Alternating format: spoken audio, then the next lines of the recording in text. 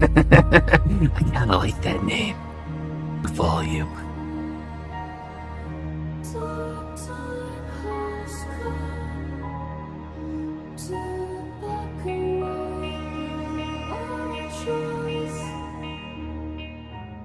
Hey, what is up, guys? Welcome to the channel. If you are new, be sure to hit the like button, subscribe, all that good stuff for some more Marvel Snap content. Now, this video is going to be more or less a progression video for those who are new, like including myself. I've only been playing like a month.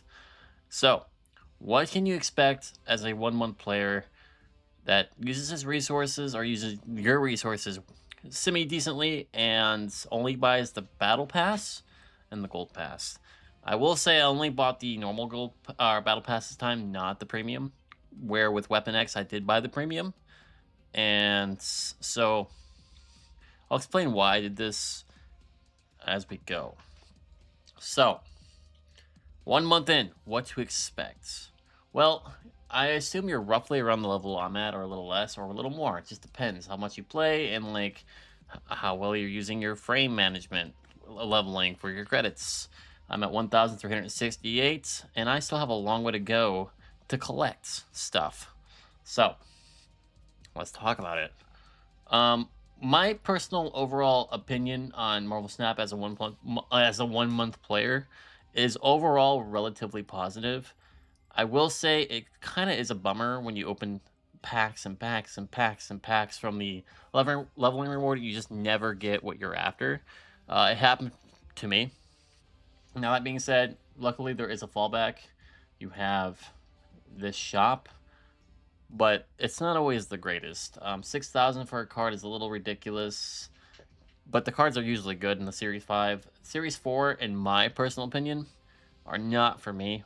There's just nothing really in there that interests me. There might be 1 or 2 cards. And then Series 3 is just overbloated with stuff, which is fine because it is the cheapest and most affordable.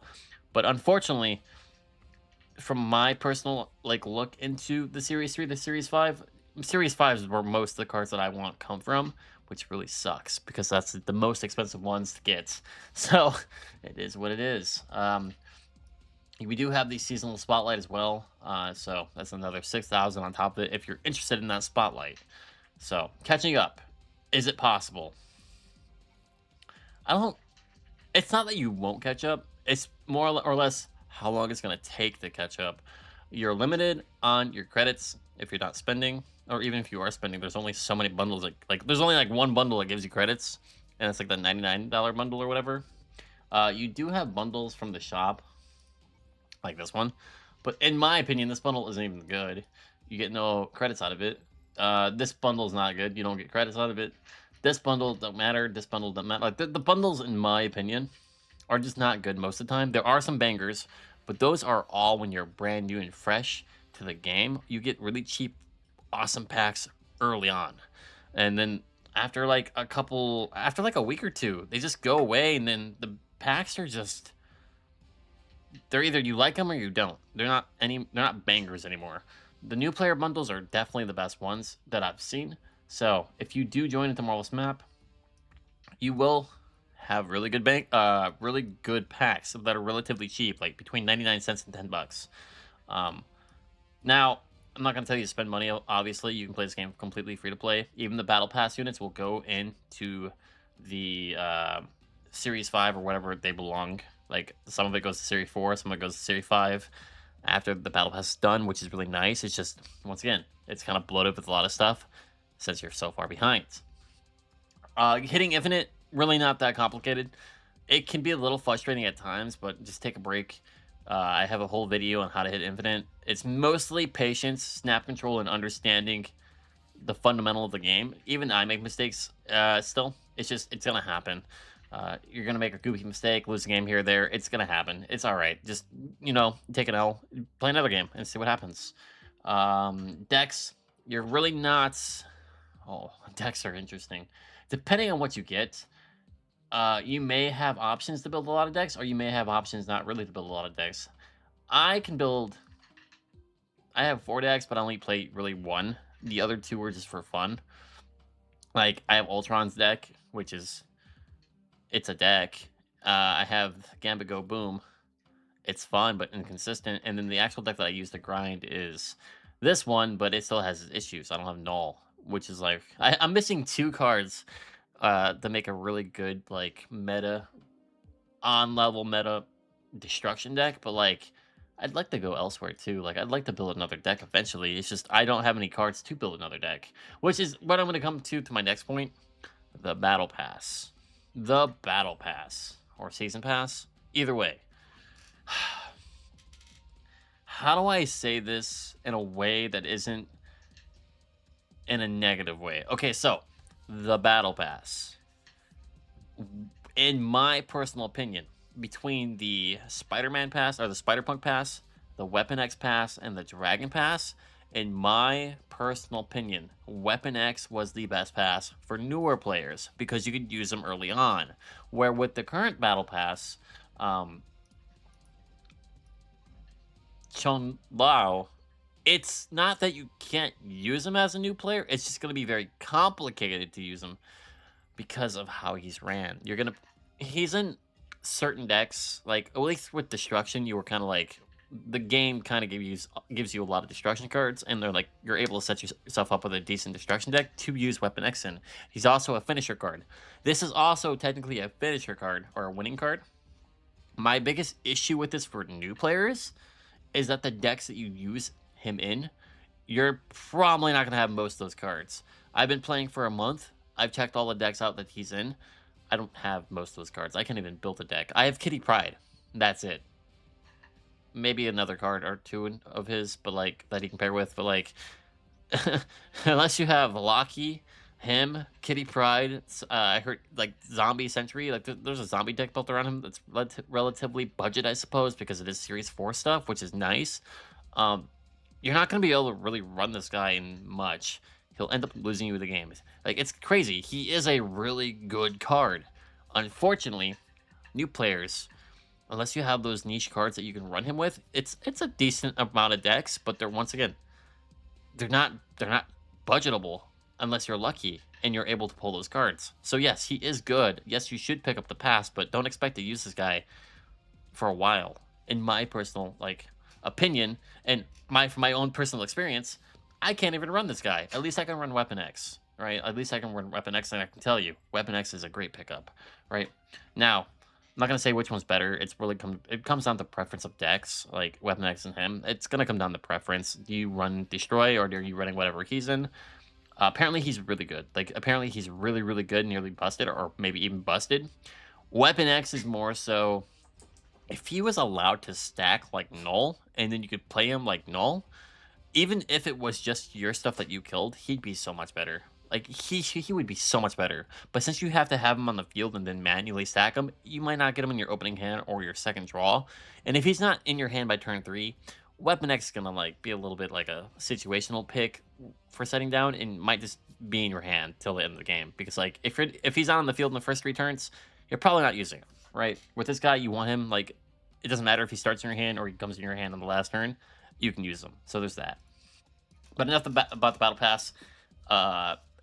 It once again, it's got value no matter what. Like there's value in it. It's unfortunate that I'm not over the moon about this dragon, just because of how hard he is to use, and he really does take unique decks to play.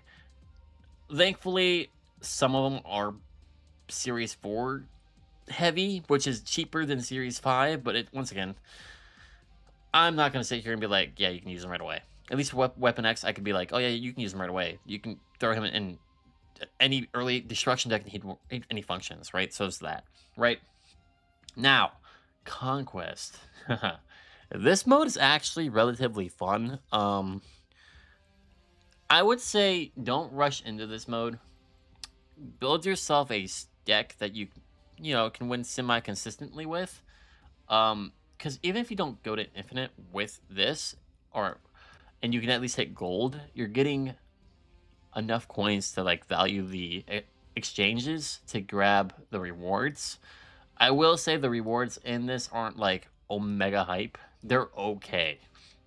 You can grab 150 credits. The premium variant is nice. There's another variant in here somewhere.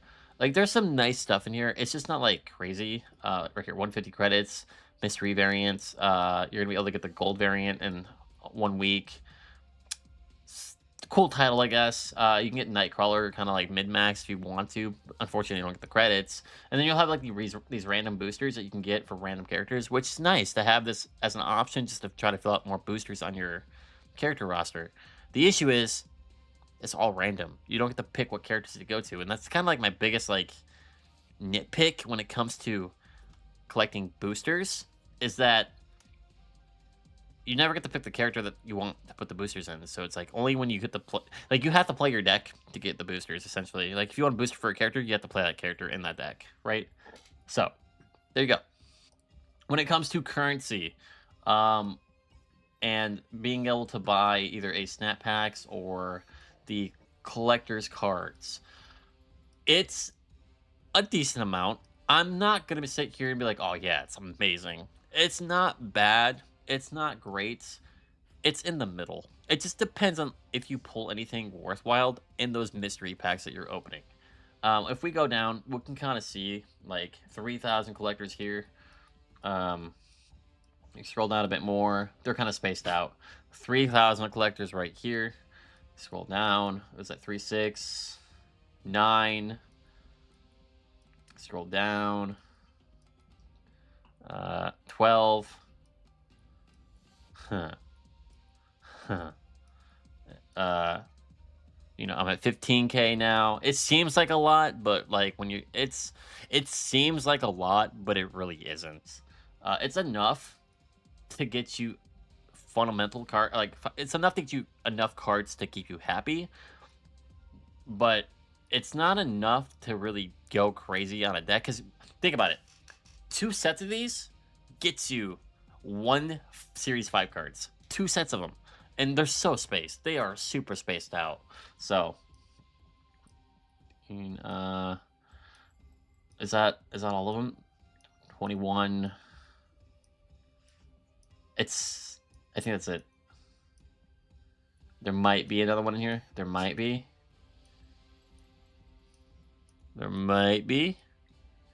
I don't think there is. So I'm at 21K. I'm gonna say 21K. Not as good as I wanted. You can get a couple Series 5s with it, honestly. I did dump, like, maybe, like, 1.5. I dumped about, 2,000 into, like, Series 3 packs. I did dump 2,500 into this seasonal pack, but I did get the character I wanted in my first roll. Like, you'll be able to spend some of them elsewhere outside of, the packs. I would never just recommend opening a pack to open a pack. Like, there's 100+ cards in these Series 5s.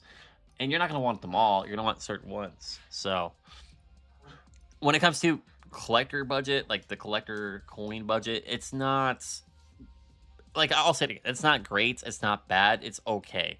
It's just, they go by so fast. Mainly because cards are so expensive. I kind of wish you got more collector coins in some way, but it is what it is. Most of your cards that you get will be coming from your collector's level packs, or just, like, the collector shop if you can afford them. Luckily, Series 3s are only 1,000, Series 4s are 3,000, and then Series 5s, which are going to be the popular cards, 6,000. So you really want to pick out what your deck style is and focus on building probably one deck first before moving on to your next.